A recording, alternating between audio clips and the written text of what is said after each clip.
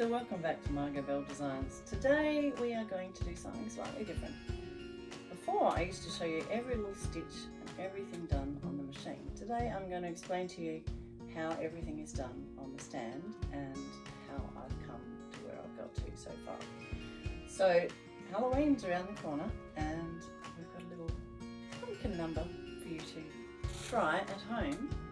I've always wanted to create a pumpkin dress and something that's a little bit flattering, a little bit arty. So I'm going to explain to you how we came about this. First, I've done a basic shell. So I've started with like a t-shirt, singlet dress. You can put a sleeve on it if you wanted to. So we start with the side seams and the dart seams because we've got 3D shape, so we need a little bit curving.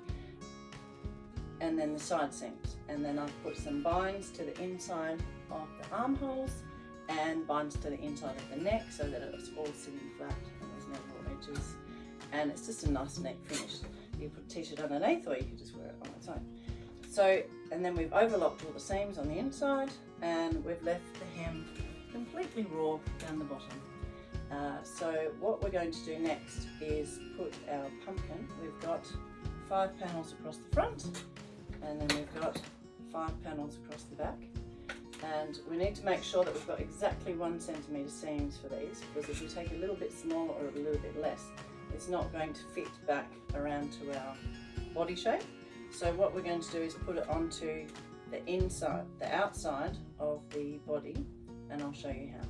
So you're probably wondering, how do you get the 3D shape? How do you get this fullness and how's it going to stay out like this? What's the secret? Well, on the inside of my panels, I have put a layer of tulle. So where my full panel goes down, I stitched it together first and overlocked it all nice and neat and pressed it. And then I've decided, no, I want more fullness, I want it to be more blousy, more pumpkin shape. So what I've done is add a piece of tulle, which is to just a shorter length cut up. And then I've just stitched it right to the edge. You can see I've stitched it on there. Just come in a little bit from the seam allowance and just caught the edge of it. Enough, 5 mils is enough to just catch on both sides of the tulle. And I've left it a little bit bigger.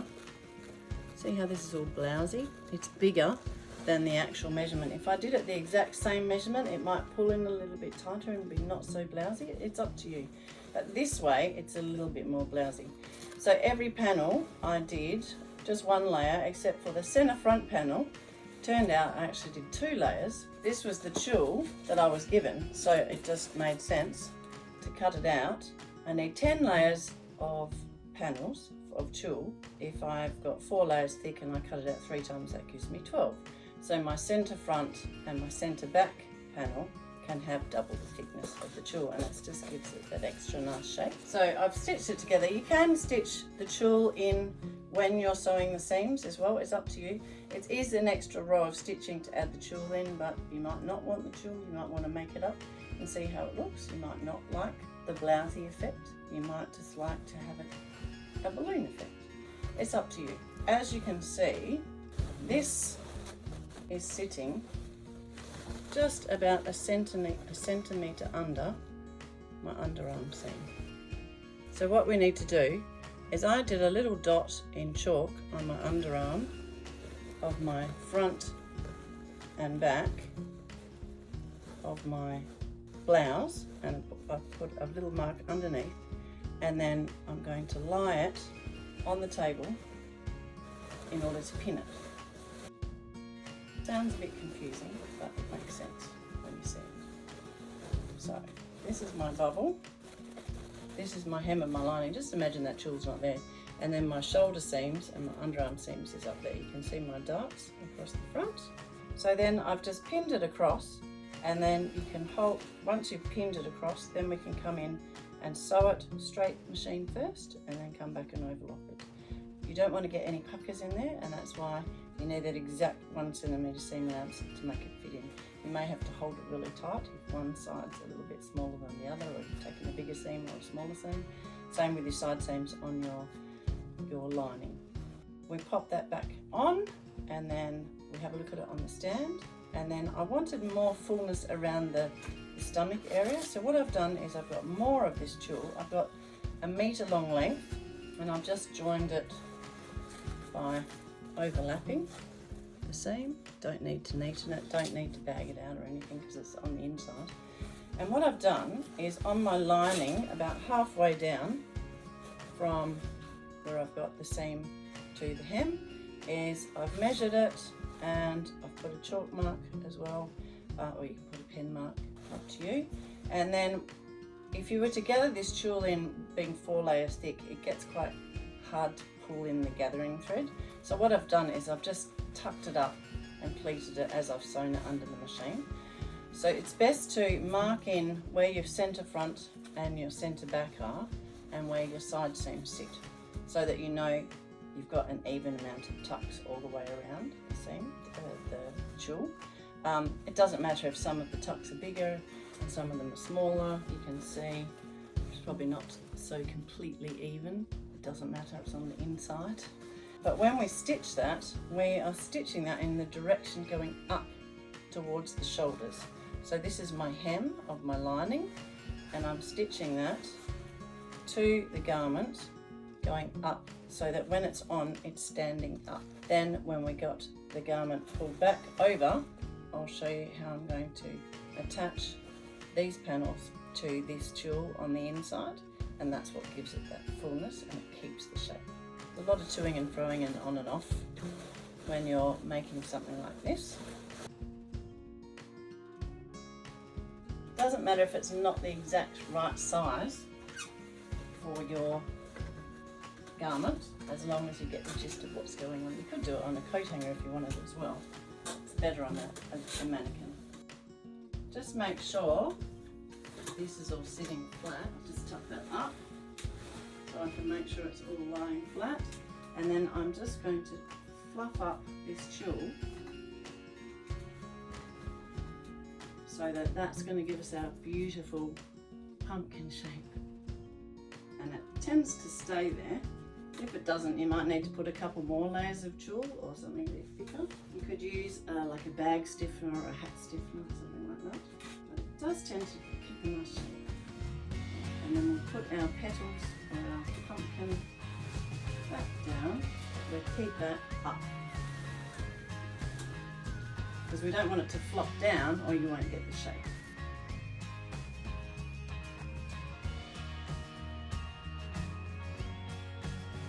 Now we will be bagging out the hem at some stage, but first I want to attach these panels onto that tulle to keep that nice bubbly pumpkin shape as wide as we can.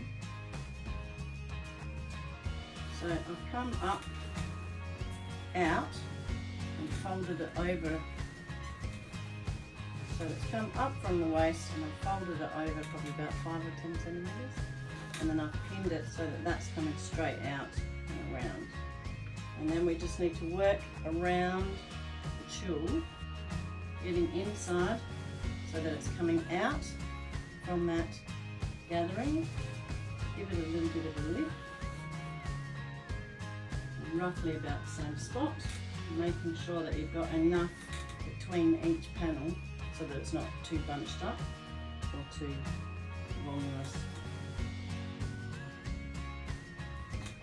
These are the best to mention ever. You can take the pins out as you do it.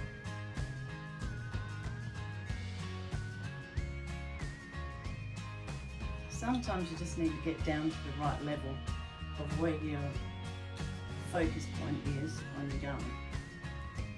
And sometimes it's easier to sit down.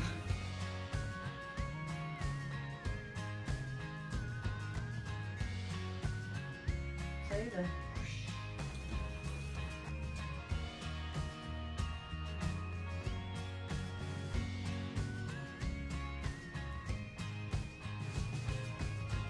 You want to get these pins roughly the same point all the way around the garment, otherwise it might be changing the shape as you go. Just get it all done all the way around first, and then you can go and adjust it to the right level.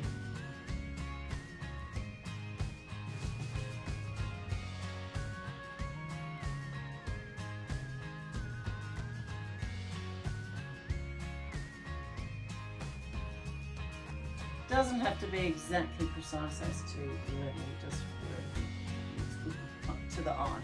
You can measure it down each seam if you like to. So once we've got our pins in and we're happy with the shape, it's a good idea to go and check underneath to make sure that nothing's twisted or it's going the wrong direction and that everything's okay on the lining. Just make sure that it's all still sitting nicely, and it's attached to all the layers.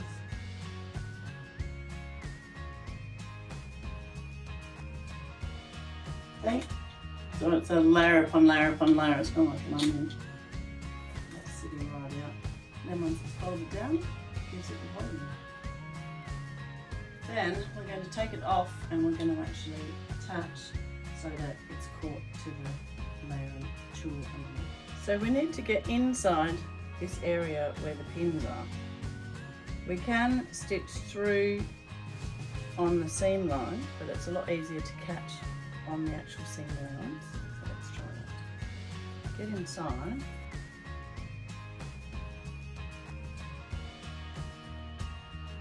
So if we get the actual seam allowance, and we want to catch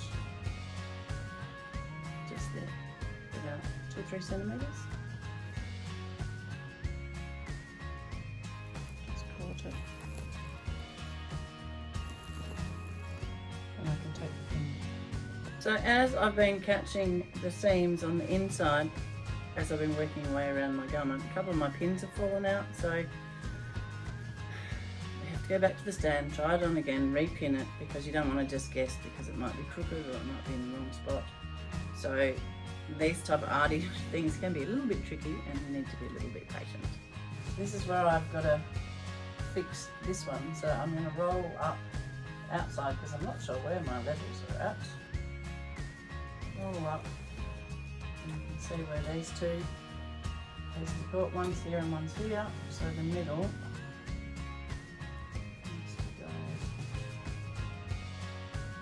lower than the pin. You've got to make sure it's sitting in the middle of the tulle. And I've only got 2 layers, so I need all 4 layers of tulle. Can't just do 1 layer, I've got to do 4. So I've got to do the space on that side and that side. Have a look and see if it's sitting alright. Nothing worse than thinking you've got it in the right spot and it's actually pulling to one side or the other. It needs to be equidistant between the seams. If you had more seams, it'd be much harder to get into that because you've got such a tiny allowance of your pumpkin panels. So that's that one ready to go. And another one here.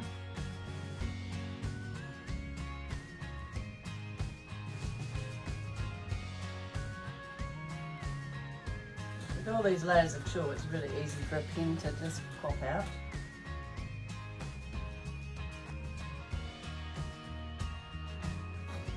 That's level. 1, 2, and across the middle. Got 1 here, so that's the middle. 4 layers. And you've got a bit of ease in the tulle. That's really good look.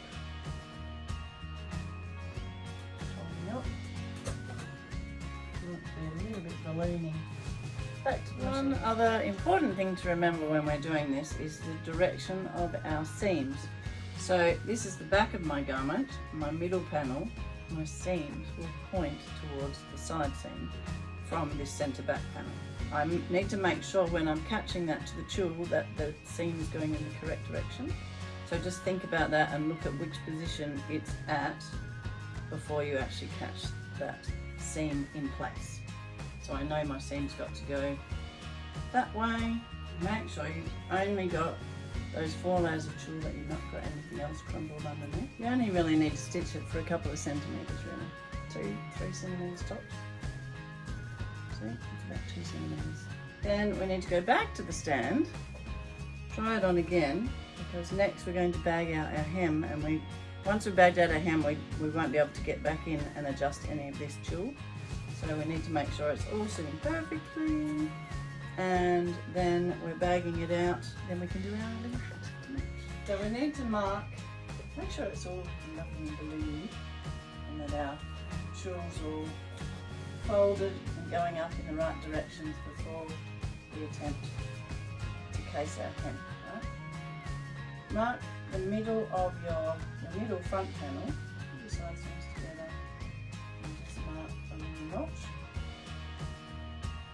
so that you know that's your centre front section, and the same for the centre back, fold it together, seam for seam, so you know the middle, and centre back. So we know that our centre back has to match our centre back, centre front, and the side seams will match our side seams as well. We might just pin centre front to centre front, centre back to centre back. Now this outer shell is going to be so baggy. There's the side seam, centre front, side seam. So that will all blouse under and pull in. So that's the bottom of that pumpkin. Let's see how it looks. Take it off again. On, off, on, off, on, off. This is the inside of my dress.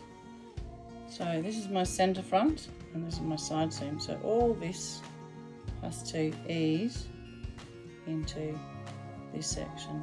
I'm going to do a gathering thread to gather that all in, so it's going to be nice and even. Now I've actually changed my thread to red so that I can see it as opposed to the orange, so I can gather it all in.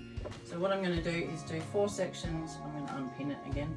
Between my centre front to the side seam is one section, centre front to the other side seam, and the same side seam to the centre back, side seam to the centre back.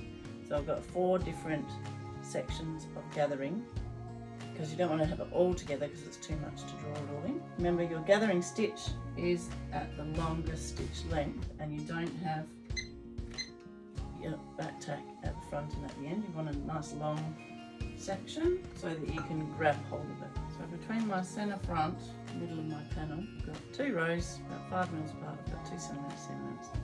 So that's one section, and I'm going to do the same from the side seam to the centre back. Centre front, 2 rows of stitching to the side seam, to the centre back. Leave a couple of centimetres where your notch is so that you can pull that in, and then I'll keep going on centre back to side seam. When you're doing this, you need to pay attention to which direction your seams are going. So you should have pressed it, and your seams will all be going towards the side seam. So away from the centre front and the centre back towards the side seam. I've done all of my rows of gathering stitch all around the bottom of the hem. Then I'm going to go to the desk and gather that all in to match up to the lining, and then we can bag it out. So if you look at your lining centre front and centre back notch, it's a lot easier just to measure this with a ruler and say you have 28 centimetres, then you know you have to gather this section into 28 centimetres rather than lining it up to the actual garment. So let's try that. Then what I'm going to do is on the left hand side seam of the outside shell, come down to the hem, and we're going to open that one up because there's so much fullness we need to get inside of it. So what I've done is I've just come up about 2 centimetres and I've gone over it in red so we can see it.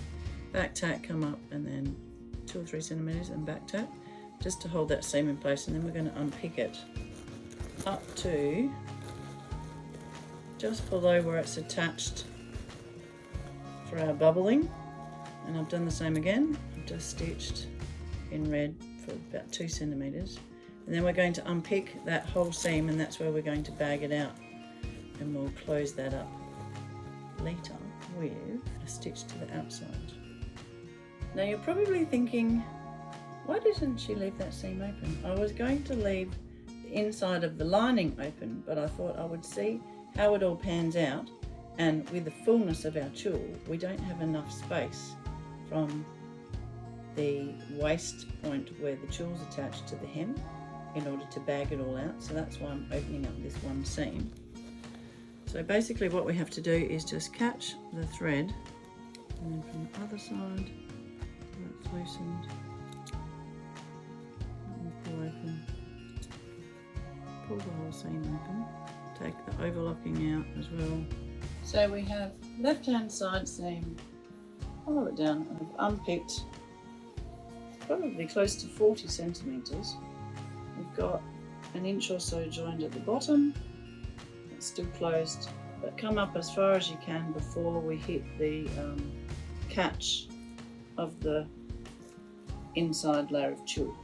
So we need that's a good 40 centimetres of opening, so that we're going to bag out the whole garment in that 40 centimetres, because you've got all of this to squish in to that tiny little space. Okay, it's possible, don't panic, we can do it. Then we're going to pin our gathered hem onto our lining. If we come down on the right side of our garment, I'm just using the seam where it's open at the moment. If you put the lining and the garment together, and then we're going to seam it so that the seam stays on the inside of the garment. The way I'm doing it, I'm going to sew on the top so I can see the gathers, so I can get it nice and even, and my lining is on the underneath, and I'm working through the gap in the hole. Once I can go as far as I can, then I might have to stop, thread it back to the right side, and then go back in from the other side to continue sewing around. For the dyslexics of the world, this makes it quite a challenge, because you have to think about how you can get into it and how it's going to be finished. So if you hold it like that and you've got your hands up like that, you can see it's going to be neat. So that gathering comes in, and that's your lining, and that's how your hem is going to finish, and it's going to be neat and on the inside. Even this lining hangs over a little bit, but you want a nice gathered finish. Pull the bulk out to the side. It's massive, isn't it? So I've stitched halfway around, and you can see all my gathering. This is where I started at the opening, and I came down and around to here. Then what I'm going to do is go into the other side, put my hand into the gap, put my hand onto what's sewn with the gathers on the top, and then I'm going to pull it through, get it out. This is where it gets really bulky. Don't get scared, it's okay. Pull it to the right side, pull the lining out to the right side. We can stitch it all back together. We're following from this side seam to the centre back or the centre front, and then across to the other side. Follow it together with your hands. First section, on we go. I've stay stitched it, and then I want to come around to one notch, one notch.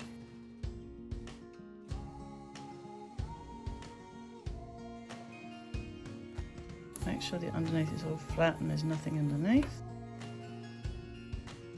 You can always pull it in a bit more. Then we can trim away all these excess threads. Just check that everything's okay on your right side, that there's no puckers or catches, or that everything's okay before you start trimming off all the gathering stitches, just in case, because you might still need to smooth it out. This is looking okay. Doesn't matter that it's flat over the seams, it all matches.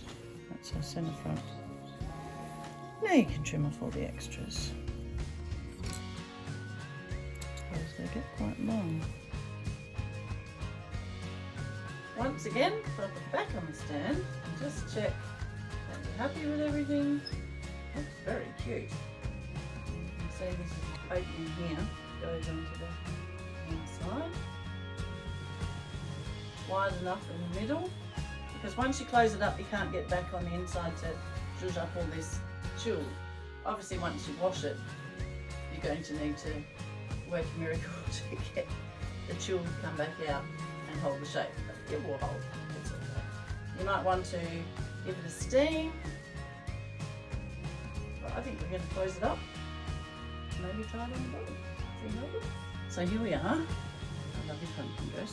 So working back from where our split opening is, then what we can do is we can get on the inside of this and sew as far down as what is possible, and then we can just stitch on the outside of maybe like a 10 centimetre opening. But for now we'll go in to here, turned around, so that we can put it under the machine. And we've got tulle and we've got lots of layers. We just get enough to sit flat under the machine, and then we can try and stitch as far down of this as humanly possible, and then the rest we can stitch to the outside. So I'll pop that under the machine, flat.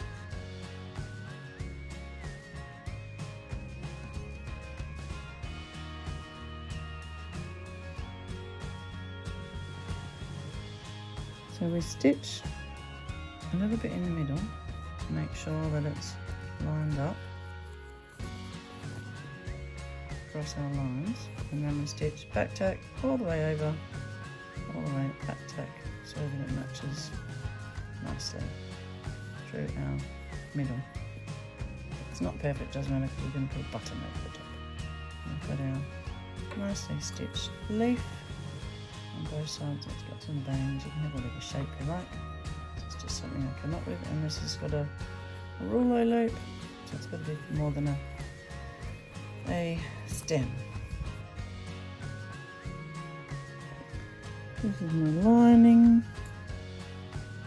The same.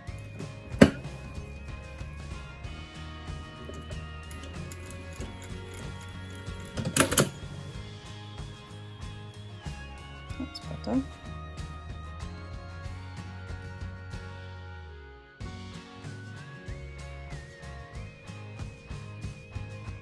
That. Keep the leaf and the string. Flip it over. Putting a twig stem, maybe a nice bill. Beautiful. Right, where's my second?